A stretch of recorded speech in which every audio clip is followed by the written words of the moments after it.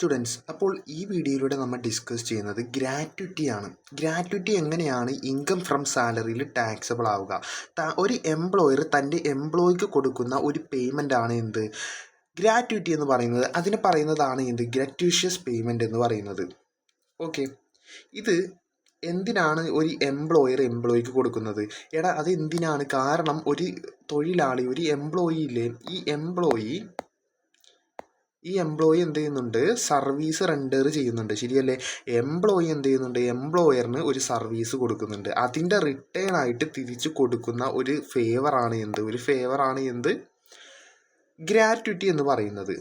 അപ്പോൾ ഈ ഗ്രാറ്റുവിറ്റി ചിലപ്പോൾ നമുക്ക് കൊടുക്കുന്നത് എപ്പോഴായിരിക്കും? At the time of retirement or death. ഒന്നുകിൽ നമ്മൾ റിട്ടയർമെൻറ്റ് ചെയ്യുന്ന സമയത്തോ അല്ലെങ്കിൽ മരിക്കുന്ന സമയത്തോ ആയിട്ടായിരിക്കും ഇത് കൊടുക്കുക. ഓക്കെ,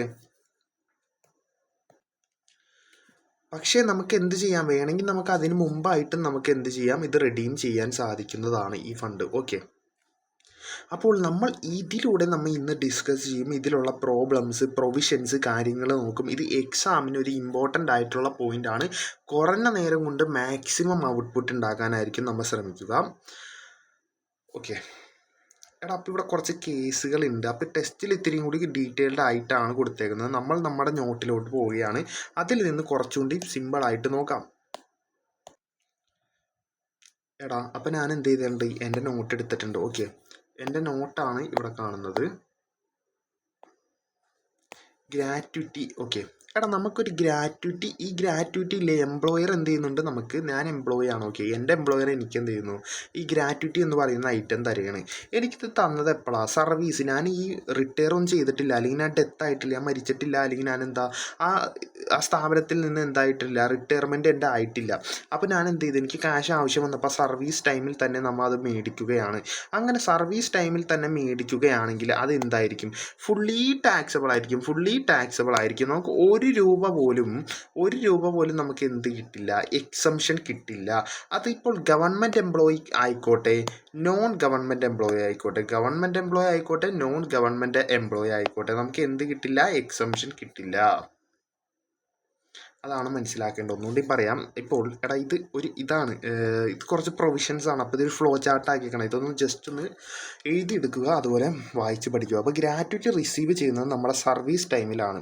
ഈ സർവീസ് ടൈമിൽ റിസീവ് ചെയ്യുക എന്ന് പറയുന്നത് കുറേശ്ശെ എമൗണ്ട് റിസീവ് ചെയ്യുക എന്നതാണ്. അപ്പോൾ ഇങ്ങനെ കുറേശ്ശെ ഒരു പീരിയോഡിക്കൽ പേയ്മെൻ്റ് ആയിട്ട് നമ്മൾ റിസീവ് ചെയ്യുകയാണെങ്കിലുള്ള പ്രശ്നം, നമുക്ക് ഒരു രൂപ പോലും അതിൽ നിന്ന് നമുക്ക് എക്സംഷൻ കിട്ടില്ല. അത് ഫുള്ളി ടാക്സബിൾ ആയിരിക്കും. അത് ഗവൺമെൻറ് എംപ്ലോയി ആണെങ്കിലും നോൺ ഗവൺമെൻറ് എംപ്ലോയി ആണെങ്കിലും എക്സംഷൻ ഇല്ല. ഓക്കെ, ഇനി അടുത്ത കേസാണ്. നമ്മൾ ഗ്രാറ്റുവിറ്റി റിസീവ് ചെയ്യുന്നത് എപ്പോഴാണ്? At the time of death. ഒന്നുകിൽ നമ്മൾ മരിക്കുന്ന സമയത്തോ അല്ലെങ്കിൽ റിട്ടയർമെൻറ്റ് സമയത്തോ. അപ്പം ഞാൻ മരിക്കുന്ന സമയത്ത് എങ്ങനെയാണ് സാറേ എനിക്ക് ഇത് കിട്ടുന്നത് എന്നല്ലേ നിങ്ങൾ ചിന്തിക്കുന്നത്? നിങ്ങൾക്ക് ലീഗൽ ഹെയർസില്ല, നിങ്ങൾക്ക് വൈഫില്ല, നിങ്ങളുടെ ചിൽഡ്രൻ, അവർക്കൊക്കെ അല്ലേ കിട്ടുന്നത്? ഓക്കെ, ഇങ്ങനെയുള്ള സമയത്താണ് നിങ്ങൾക്ക് കിട്ടുന്നതെങ്കിൽ എന്താണ്?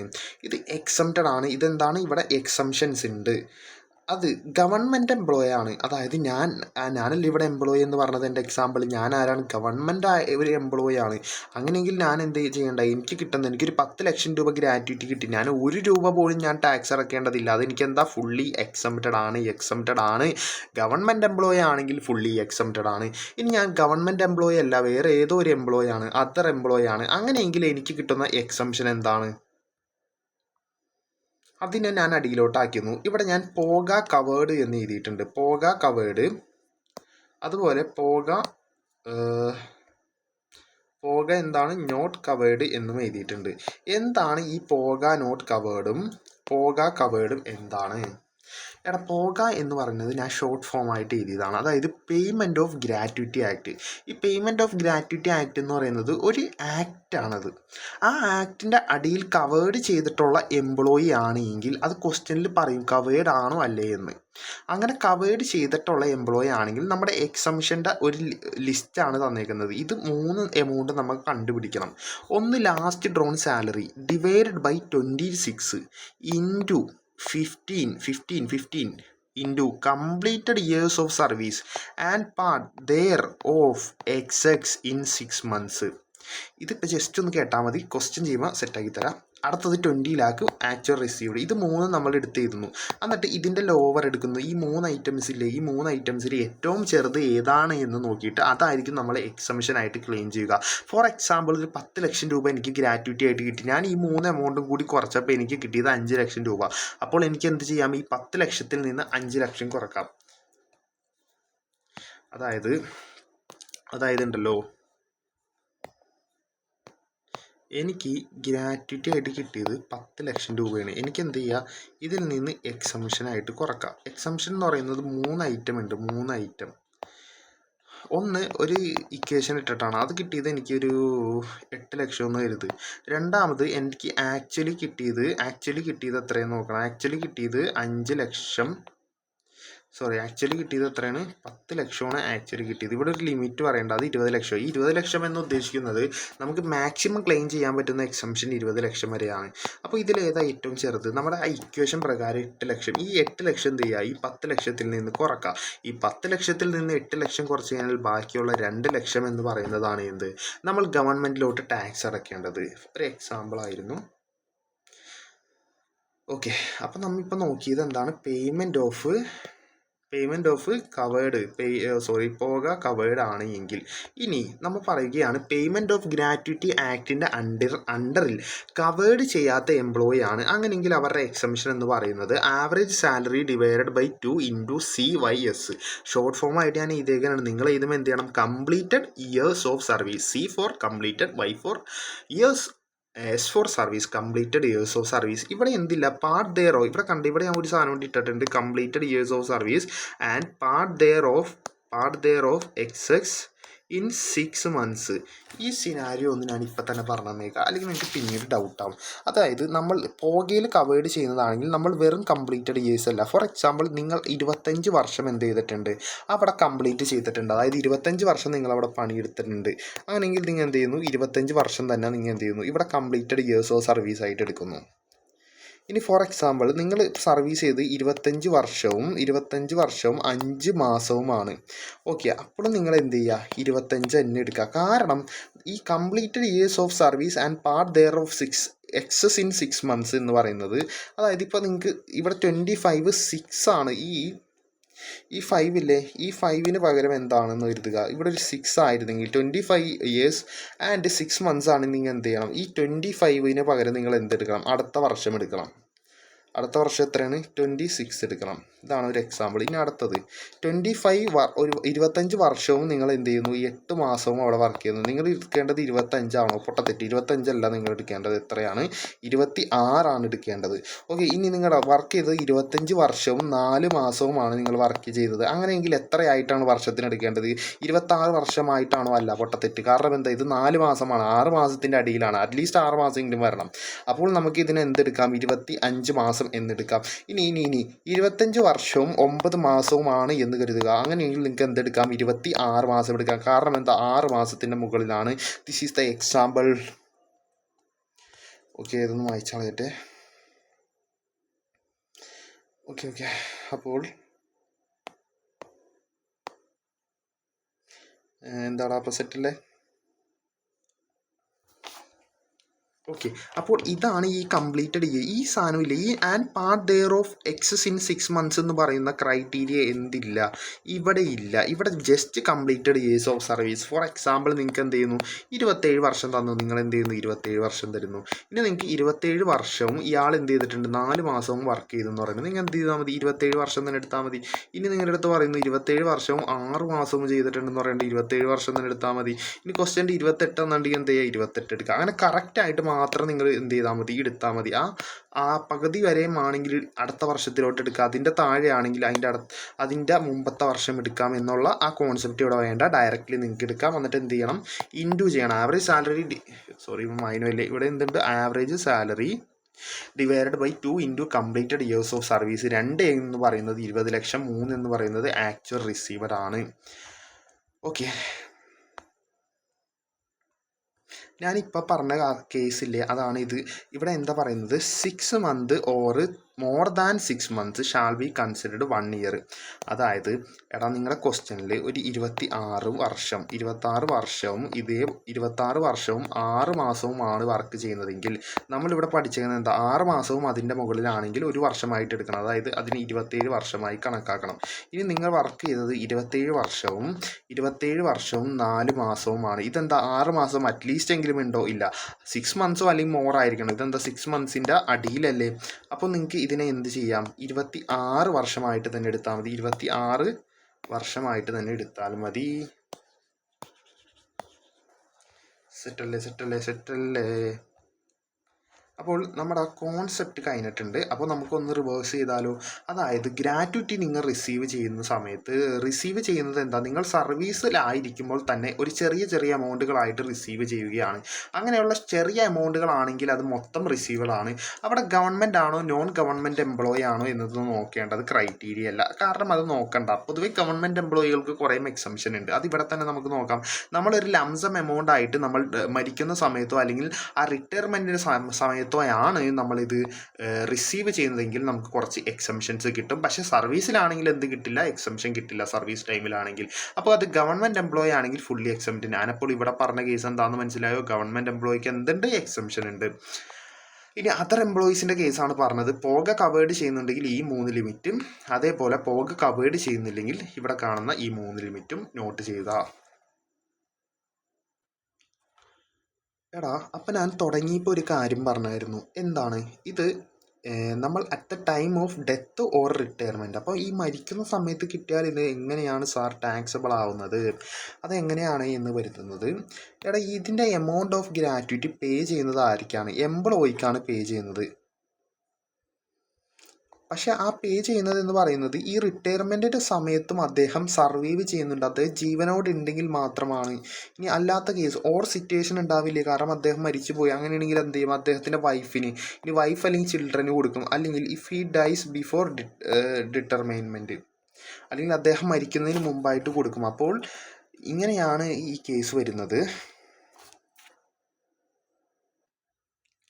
നമ്മുടെ കറണ്ട് നോളജ് വെച്ചിട്ട് നമ്മൾ എന്ത് ചെയ്യാൻ പോവുകയാണ്, ടെസ്റ്റിലുള്ള ഇല്ലുസ്ട്രേഷൻസ് ചെയ്യാൻ പോവുകയാണ്. ഓക്കെ, ടെസ്റ്റിൽ വേറെ കുറച്ച് ചെറിയ ചേഞ്ചസുകളിലാണ് കാണിക്കുന്നത്. നമ്മുടെ രീതിയിൽ വേറെയാണ്, നമ്മുടെ മെത്തേഡ് വേറെയാണ്, പക്ഷേ ആൻസർ സെയിം ആയിരിക്കും. ഓക്കെ, അവിടെ വലിയ വ്യത്യാസമൊന്നുമില്ല, പറഞ്ഞുള്ളൂ. അപ്പോൾ ഇവിടെ നോക്കുക, മിസ്റ്റർ ഷാക്കിൽ എന്ന് പറയുന്നത് ആക്സിസ് ലിമിറ്റഡിൻ്റെ എംപ്ലോയി ആണ്. അപ്പോൾ ഒരു കാര്യം നമ്മൾക്ക് ഇവിടെ ആദ്യം മനസ്സിലാക്കണം. ഇദ്ദേഹം ഗവൺമെൻറ് എംപ്ലോയി ആണോ നോൺ ഗവൺമെൻറ് എംപ്ലോയി ആണോ? അതായത് എന്താ, നോൺ ഗവൺമെൻറ് എംപ്ലോയി ആണ്. അതായത് ഗവൺമെൻറ് എംപ്ലോയി അല്ല, കാരണം ഗവൺമെൻറ് എംപ്ലോയിക്ക് എക്സംഷൻസ് ഇല്ലേ. ഇനി നമ്മൾ മനസ്സിലാക്കേണ്ടത് ഇത് റിസീവ് ചെയ്യുന്നത് എപ്പോഴാണ്. ഇത് റിസീവ് ചെയ്യുന്നത് റിട്ടയർ ചെയ്യുന്നുണ്ട് എന്ന് പറയുന്നുണ്ട്. അതിപ്പോൾ രണ്ടാമത്തെ കേസാണ്. നമുക്കറിയാം, ഒന്ന് സർവീസ് ടൈമിൽ, രണ്ടാമത്തെ കേസ് എന്താ, ഇവിടെ നോക്ക്, ഒന്ന് സർവീസ് ടൈമിൽ, മറ്റൊന്ന് എന്താ, received at the time of death. അപ്പോൾ ഇവിടത്തെ കേസ് എന്ന് പറയുന്നത് എന്താ, ഡെത്തിൻ്റെ കേസിലാണ്. അപ്പോൾ ഇദ്ദേഹം ഗവൺമെൻറ് എംപ്ലോയി ആണോ അതർ എംപ്ലോയി ആണോ? ഇവിടെ മനസ്സിലായി, ഇദ്ദേഹം ഒരു കമ്പനിയിലെ വർക്ക് ചെയ്യണം, അപ്പോൾ അതർ എംപ്ലോയി ആയിരിക്കും. അതർ എംപ്ലോയി ആണെങ്കിൽ രണ്ട് കാര്യം നോക്കണം, ഇവിടെ പേയ്മെൻറ്റ് ഓഫ് ഗ്രാറ്റുവിറ്റി കവേർഡ് ചെയ്യുന്നുണ്ടോ ഇല്ലേ എന്ന്. ഓക്കെ, നമുക്ക് നോക്കാം, ഇവിടെ payment of gratuity act covered ചെയ്യുന്നുണ്ടോ. ഓക്കെ, ഇവിടെ പറയുന്നുണ്ട്, ഇവിടെ എത്ര രൂപയാണ് ഇദ്ദേഹത്തിന് റിസീവ് ചെയ്തത്. ഗ്രാറ്റുവിറ്റി ആയിട്ട് റിസീവ് ചെയ്തിരിക്കുന്നത് 5 ലക്ഷം രൂപയാണ് ഗ്രാറ്റുവിറ്റി ആയിട്ട് റിസീവ് ചെയ്തിരിക്കുന്നത്. അതേപോലെ as per the provision of the payment of gratuity act, അതിൻ്റെ അർത്ഥം ഇവിടെ ഗ്രാറ്റുവിറ്റി ആക്ട് കവേർഡ് ചെയ്യുന്നുണ്ട്. ഓക്കെ,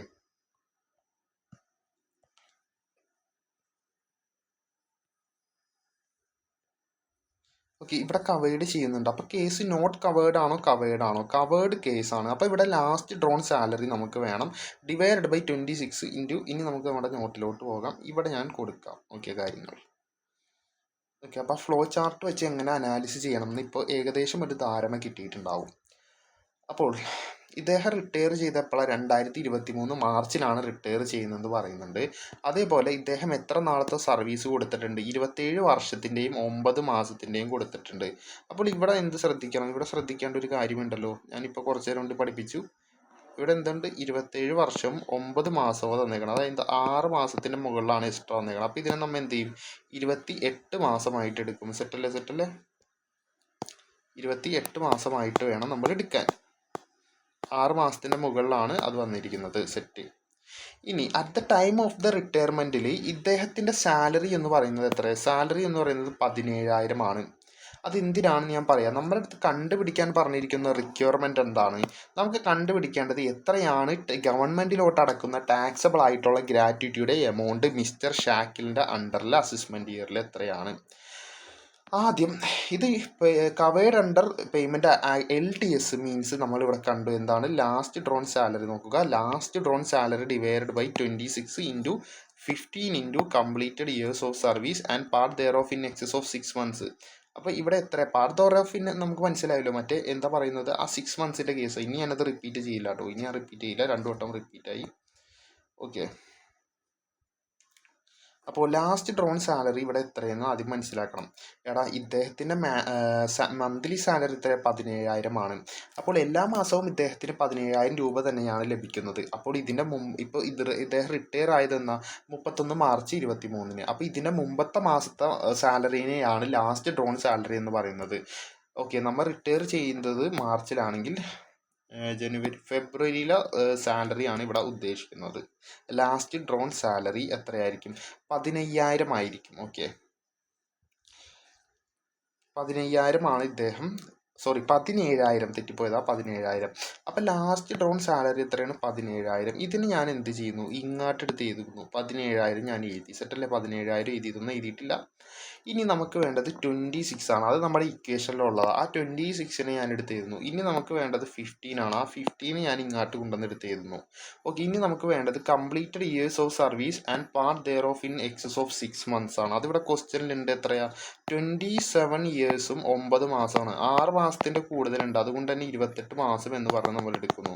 28 മാസം എന്ന് പറഞ്ഞിട്ടാണ് നമ്മൾ ഇവിടെ എടുക്കേണ്ടത്. നമ്മൾ എന്ത് ചെയ്യുന്നു? അപ്പോൾ 28 മാസം എന്ന് പറഞ്ഞെടുക്കുന്നു. അപ്പോൾ കാൽക്കുലേറ്റർ എടുക്കുക. കാൽക്കുലേറ്റർ എടുക്കൂ. 17,000 divided by 26 into 15 into completed years of service എത്ര? 28 ആണ്. അപ്പോൾ നമുക്കൊരു കാര്യം കിട്ടും. എന്ത്? 2,74,615 ആണ് എന്ന് കിട്ടും. അതല്ലേ നമ്മൾ ഇത് ചെയ്തത്? ഓക്കെ, 2,74,615 എന്നത് ഉത്തരം കിട്ടി. ഇനി നമ്മുടെ അടുത്തത് എന്താ? 20 ലക്ഷം. ഇത് ലിമിറ്റാണ്. മാക്സിമം നമുക്ക് ക്ലെയിം ചെയ്യാൻ പറ്റുന്ന എക്സംഷൻ 20 ലക്ഷമാണ്. അത് 2 എന്ന് പറഞ്ഞ് നമ്മളിവിടെ ഇടുക. ഓക്കെ, ഇനി മൂന്നാമത്തത് എത്രയാണോ ആക്ച്വലി റിസീവ് ചെയ്തത്. ഇവിടെ ക്വസ്റ്റ്യനിൽ പറയുന്നുണ്ട് നമ്മൾ 5 ലക്ഷം സാലറിയാണ് റിസീവ് ചെയ്തത് എന്ന്. അപ്പോൾ ആ 5 ലക്ഷം കൊണ്ടുവന്നിട്ട് എന്ത് ചെയ്യുന്നു? ഇവിടെ നമ്മൾ ഡ്രോപ്പ് ചെയ്യുന്നു.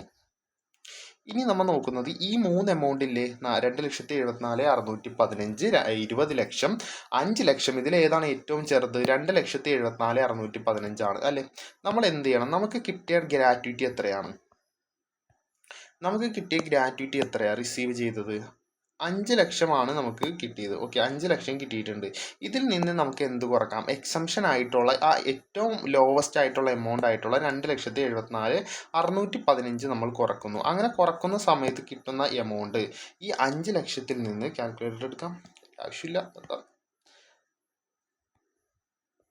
ഓക്കെ, 5 ലക്ഷത്തിൽ നിന്ന് 2,74,615 കുറച്ച് കഴിഞ്ഞാൽ ഈ 2,25,385 ആണ് നമ്മൾ ഗവൺമെൻറ്റിലോട്ട് അടയ്ക്കേണ്ട സാലറി. ഇത് നമ്മൾ എന്ത് ചെയ്യണം? സാലറിയുടെ ഒരു ഹെഡ് ഉണ്ട്. ആ ഹെഡിൻ്റെ അണ്ടറിൽ കൊണ്ടുവന്ന് ഗ്രാറ്റുവിറ്റി റിസീവ്ഡ് എന്ന് പറഞ്ഞ് ടാക്സബിൾ എമൗണ്ട് കാണിക്കണം. Okay, answer is over. നമുക്കിവിടെ ടെസ്റ്റിൽ എന്താ പറയണതെന്ന് നോക്കാം. ടെസ്റ്റിൽ കണ്ടോ, നമുക്ക് കിട്ടിയ 5 ലക്ഷത്തിൽ നിന്ന് ആ എമൗണ്ട് കുറച്ച് ബാക്കിയുള്ളതാണ് അടക്കാൻ പറയുന്നത്. ഇവിടെ ചെറിയൊരു മൈന്യൂട്ട് വ്യത്യാസമുണ്ട്. കാരണം നമ്മുടെ ഇക്വേഷനിൽ ചെറിയ ചേഞ്ച് ഉണ്ടല്ലോ. അപ്പോൾ അതിൻ്റെ ചെറിയൊരു എമൗണ്ട് ഡിഫറൻസ് ഉണ്ട്. അത് പ്രശ്നമില്ല. നമുക്ക് ഇങ്ങനെ ഈ ഡയലോഗ് എഴുതുന്നതിന് പകരം ഇങ്ങനെ ഒരു പെട്ടിയിലിട്ടിട്ട് ആ എക്സംഷൻ കാണിക്കുക. അതുപോലെ എക്സംഷൻ എന്ത് ചെയ്യുക? ഇതുപോലെ എടുത്ത് ചെയ്താൽ ഈ ലാസ്റ്റ് ഡ്രോൺ സാലറിയുടെ അവിടെ നമ്മൾ എന്ത് ചെയ്യാൻ പറ്റും? ഈ സാധനമില്ലേ? ഓക്കെ, ഇതെന്ത് ചെയ്യാം? ഇവിടെ കാണിക്കാം. ഓക്കെ, അതാ കലമ്പായി.